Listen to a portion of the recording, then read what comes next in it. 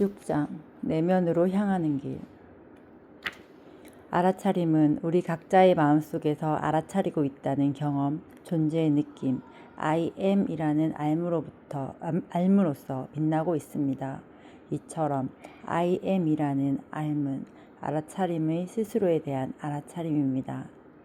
I am이라는 알문, 모든 생각, 느낌, 감각, 지각의 마지막 순간에 우리의 경험 속에서 잠깐 빛나지만 워낙 짧기에 우리가 인식하지 못하고 넘어갑니다. 영화에서 장면이 전환될 때 프레임과 프레임 사이에 텅 빈 스크린이 잠깐 드러나는 것처럼 말이지요. I am이라는 알문, 우리가 생각하고 느끼고 감각하고 지각하는 내내 항상 존재하지만 바로 그 생각, 느낌, 감각, 지각에 의해 가려지는 것처럼 보입니다. 마치 영화가 진행되는 내내 스크린은 항상 존재하지만 영화 때문에 가려지는 것처럼 보이듯 말이지요. 따라서 I am이라는 암, 즉 알아차림의 스스로에 대한 알은 모든 유한한 마음의 상대적 지식과 경험보다 앞서고 이를 초월하는 궁극적인 실체입니다. 그렇기에 이는 절대적인 알미입니다. 종교적으로 말하면 이와 같은 절대적인 알미 곧 신입니다. 따라서 우리 자신에 대한 우리의 알미 곧 신에 대한 신의 알미입니다. 그래서 신비주의 기독교 전통에서는 알아차림의 핵심에서 마음을 쉬게 하는 것을 하나님의 임재 실습 또는 무한한 신의 존재에 대한 마음의 굴복이라고 하지요. 인도의 현자 니사르 가다타 마하리시는 이를 두고 I am에 집중하기라고 불렀습니다. I am의 경험에서 쉰다는 의미인데 말하자면 우리의 본질적이고도 조건 지워지지 않는 스스로를 알아차리는 존재 안에서 그리고 그러한 존재로서 쉰다는 뜻이지요. 여기서 집중항이라는 용어는 일상적 마음작용을 감안한 표현으로서 마치 대상적 경험에 집중하는 것처럼 어떤 대상적 경험으로 마음이 향하도록 한다는 의미입니다. 그러한 마음에게 이 가르침은 I am의 알무로 주의를 돌리라고 권합니다.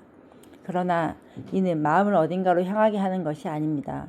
그보다는 오히려 마음을 그 자체의 본질에서, 즉 알아차림의 단순한 대상적 경험에서 알아차림 그 자체에서 쉬게 하라는 것입니다.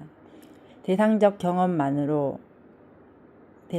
경험으로만 향하는데 너무 익숙해진 마음에게는 알아차리고 있다는 경험, 존재의 느낌, I am이라는 알문, 마음이 그토록 갈망하는 평온함과 행복으로 향하는 흔적이나 암시입니다. I am이라는 알문, 화면 한 구석에 화면 자체의 이미지를 담은 것에 비유할 수 있습니다. 스크린 속의 스크린인 셈이지요. 전체 화면의 관점에서 보자면 작은 화면의 이미지는 전체 화면의 일부이며 스크린의 관점에서 보자면 그것은 스크린입니다. 마음의 관점에서 보면 I am이라는 알문, 마음 안에 있는 마음의 경험이며 알아차림의 관점에서는 알아차림 그 자체입니다. 수피 격언도 바로 이를 언급하고 있습니다. 나는 신을 찾아 헤맸으나 결국 나 자신을 발견했다. 나는 나 자신을 찾아 헤맸으나 결국 신을 발견했다. 따라서 I am이라는 알문, 유한한 마음과 무한한 알아차림이 교차하는 경험입니다. 경험의 한가운데서 알아차림과 함께 현존하는 빛나는 등불이요, 마음이 자신의 원천으로 되돌아갈 때 통과하는 관문입니다. 그렇기에 델포이의 아폴로 신전 입구 위에 너 자신을 알라 라고 새겨 있지요. 같은 이유로 발리아니는 이렇게 말했습니다. 스스로를 아는 자는 신을 안다.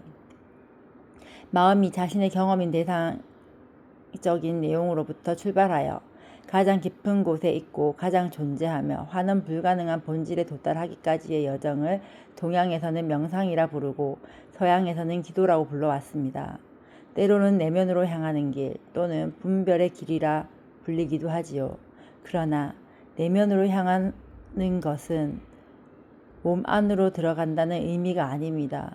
그보다 경험의 대상으로부터 벗어나 환원 불가능한 마음의 본질로 향한다는 뜻입니다. 이를 산스크리트어에서는 아트마 빗자라라고 합니다. 이는 주로 자기 탐구나 자기 탐색으로 번역됩니다. 그러나 서양 문화에서 탐구와 탐색이라는 단어는 마음의 과정이나 작용을 시사하기 때문에 오해의 여지가 있는 표현이지요. 그보다는 오히려 자기 준수 혹은 자기 휴식이 더 적절한 번역일 것입니다. 그래도 자기 탐구와 자기 탐색이라는 표현도 유용한 면이 있습니다.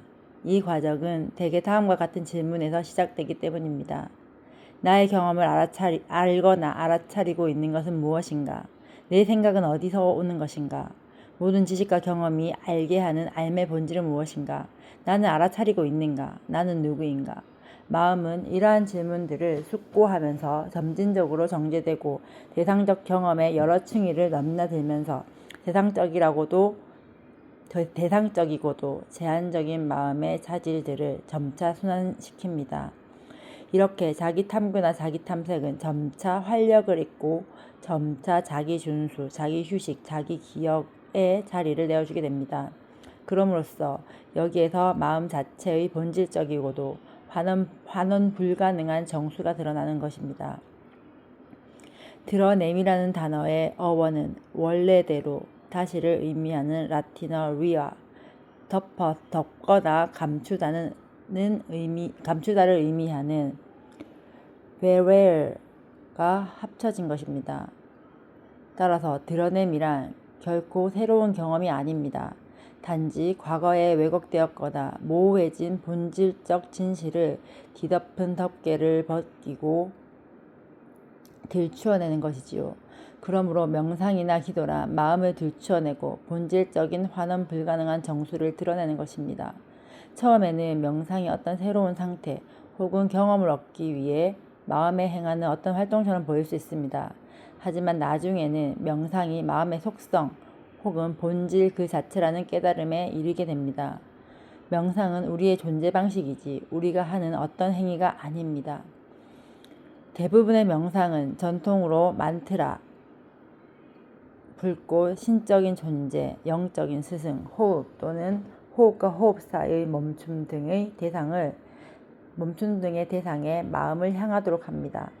전통적인 기도의 경우 우리의 사랑은 우리 자신으로부터 멀어져서 신을 향해야 하는데 신은 무한히 멀리 떨어진 곳에 존재한다고 여겨집니다. 이와 같은 모든 형태의 명상이나 기도에서 마음은 어떤 오묘한 대상으로 향하게 되며 그 결과 모두 주체와 대상의 관계를 형성할 수밖에 없습니다. 이러한 방식은 그 자체로서 어느 정도 타당한 측면도 있고 또 많은 경우 궁극적인 명상이나 기도 단계에서 필요한 것이기도 합니다. 하지만 어느 시점에서는 반드시 버려야만 합니다. 모든 수행의 방식에는 각자 장점과 잠재적인 단점이 있습니다. 헌신의 방식을 추구하는 사람들에게는 헌신의 대상을 놓아버리는 것이 궁극적인 굴복입니다. 지식의 방식을 추구하는 이들에게는 주의의 집중 혹은 마음의 제어를 놓아버릴 수 있느냐가 마지막 관건이 되겠지요. 주체와 대상은 동전의 양면과도 같습니다. 주체와 대상은 각각 독자적으로 생각하거나 존재할 수 없습니다. 경험의 개별적인 주체인 마음이 사라지기 위해서는 좀 더 명확히 말해서 외관상의 한계를 넘어서기 위해서는 경험의 개별적인 대상 또한 반드시 사라져야 합니다. 진정한 사랑은 사랑의 주체와 사랑의 대상이 모두 사라져야 경험될 수 있습니다. 알아차리고 있음을 알아차리는 것, 다시 말해서 자기 안에서 자기로서 머무르고 I am 안에 휴식하며 신의 존재를 실천하는 것, 이것만이 경험의 개별적인 주체인 에고를 사라지게 하는 유일한 형태의 명상이자 기도이며 최고의 궁극적인 명상이자 기도입니다. 다른 모든 형태의 명상은 바로 이 궁극적인 명상을 위한 준비 과정에 불과합니다. 내재적으로 평온하며 무조건적으로 충만한 알아차림이라는 우리의 근본적인 본성, 이는 우리 각자의 마음에서 알아차리기라는 단순한 경험 혹은 I am이라는 알무로 벗어나 있습니다. 모든 환경, 모든 상황, 모든 시대에서 한결같이 존재하는 본성으로 누구에게나 늘 갖추어져 있는 것이지요. 알아차림은 가려지거나 사라지지 않습니다. 다만 우리가 그에 대해 등을 돌리고 있는 것뿐이지요. 마음이 알아차림의 원천과 본질로부터 등을 돌린 것입니다. 그러나 마음과 알아차림이 서로 다른 별개의 것이라는 뜻은 아닙니다. 마음과 알아차림의 관계는 꿈속의 인물과 꿈을 꾸는 사람의 마음 간의 관계와 동일합니다. 꿈이란 꿈속 인물의 관점에서 꿈속 세계가 펼쳐지는 것이지요. 그렇기에 꿈속 인물의 모든 것은 꿈꾸는 사람의 마음에서 비롯되었지만 꿈속의 인물은 이를 전혀 알 수 없습니다. 꿈속 인물이 오로지 자신의 경험의 대상적인 내용에만 집중하는 한 그는 자기 마음의 본질도 세계의 실체도 절대 인식할 수가 없습니다.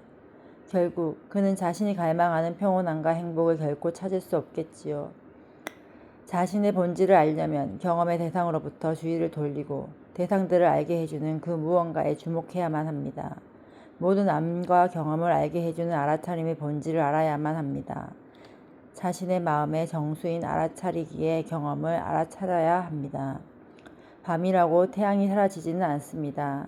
태양은 같은 밝기로 계속 환히 빛나고 있습니다. 다만 지구가 태양으로부터 등을 돌린 것뿐이지요. 그래서 지구의 한 부분이 어두워지는 것입니다. 하지만 계속 돌면 어두워졌던 부분이 다시 또 밝아집니다. 기독교 전통에서 말하는 타락이란 마음이 자신의 본질에 대해 등을 돌리는 것을 의미합니다. 인간의 영혼이 신의 무한한 존재에 대한 등을 돌리는 것이지요. 알아차림의 존재는 모든 경험의 안과 뒤에서 늘 환히 빛나고 있습니다. 모든 경험은 알아차림의 현존으로 가득 차 있습니다. 우리에게 필요한 것은 그저 그 빛을 향해 다시 돌아서는 것입니다. 14세기 카슈미르 시바 철학의 신비주의자 시인 랄라는 이러한 돌아섬에 대해 이렇게 노래했지요. 나는 신을 찾아 먼 길을 떠났어. 결국 다 포기하고 되돌아왔을 때 신은 바로 거기에 내 안에 있었다. 우리는 너무나도 오랫동안 대상, 물질, 활동, 마음 상태, 인간관계 속에서 평온함과 만족감을 찾아 헤맸습니다. 이러한 것들 속에서 간혹 원하는 것을 얻거나 경험하게 되면 우리는 찾아 헤매기를 멈추게 되고 그러한 멈춤 덕분에 잠시나마 평온한 마음, 만족감을 맛보게 됩니다. 하지만 물론 영원히 계속되지는 않지요. 우리가 포기하고 돌아설 때, 즉 대상적인 경험에서 평온함과 만족감을 찾아 헤매던 것을 멈출 때, 그리하여 방향이 없는 방향으로 마음을 돌리고 마음의 근원인 알아차림의 중심으로 더 깊이 가라앉았을 때, 이때서야 비로소 우리는 평생 갈망해온 영원한 평온함과 만족감을 맛볼 수 있게 됩니다. 마음의 관점에서 보자면 알아차림의 경험이나 알아차림 자체 안에서 머무르고 있는 비수행은 마치 헛되고 지루한 상태인 것처럼 보입니다. 하지만 언젠가 때가 되면 흔들리지 않는 평온함과 이유 없는 기쁨이라는 알아차림의 본질적 특성이 점차 드러나게 마련입니다. 이렇게 외면의 모든 것을 포기하고 내면으로 돌아서는 것, 즉 마음의 돌아섬을 초기 종교회는 헤시카즘 또는 마음의 고요함이라고 불렀습니다. 구약 성서에는 이사야가 여호와는 자식기를 의지하고 마음이 한결같은 자에게 완전한 평안함을 주신다 라고 말했던 것도 이런 의미입니다. 이러한 비활동 안에서 지식인으로의 길과 사랑 혹은 헌신으로의 길이 만나게 됩니다. 이것이 바로 자기 탐색과 자기 굴복은 하나이며 서로 동일하다는 것을 깨닫게 되는 경험입니다. 알아차림이 스스로를 인지하는 것, 즉 알아차리고 있음을 알아차리는 것은 어떤 새로운 종류의 알미 아닙니다. 언제나 이미 함께 있었지만 생각하고 지각하는 활동 때문에 가려졌던 것들을 단지 명확하게 볼 수 있게 된 것뿐이지요. 또한 알아차림이 스스로의 본질적인 특성을 깨닫게 되는 것 역시 특별한 소수의 정신에게만 허락된 특권적인 경험인 것도 아닙니다. 알아차리기는 모든 사람들의 경험들 안에서 동등하게 빛납니다. 심지어는 깊은 우물마저도 알아차림의 빛으로 비추어집니다. 알아차리기는 묻혀 있거나 가려져 있지 않으며 찾기 힘들지도 않습니다. 그것은 모든 경험을 알게 하는 알의 빛이지요. 라마나 마하리시와 부처가 자신의 마음의 본성에 다가갈 수 있었던 것은 무슨 특별한 능력이 있었기 때문이 아닙니다. 부처는 그저 나무 아래 앉아 스스로에게 말했습니다.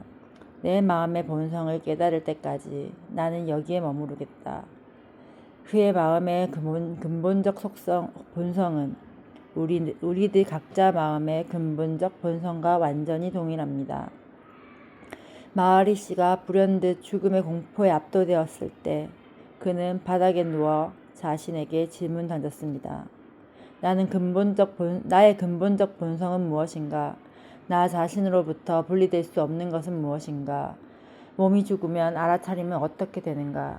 다시 말해서 그는 자연스럽게 자기 탐색 과정에 들어갔던 것이지요. 모든 위대한 영적 종교적 전통들은 수많은 수행법과 계율들을 만들어냈습니다.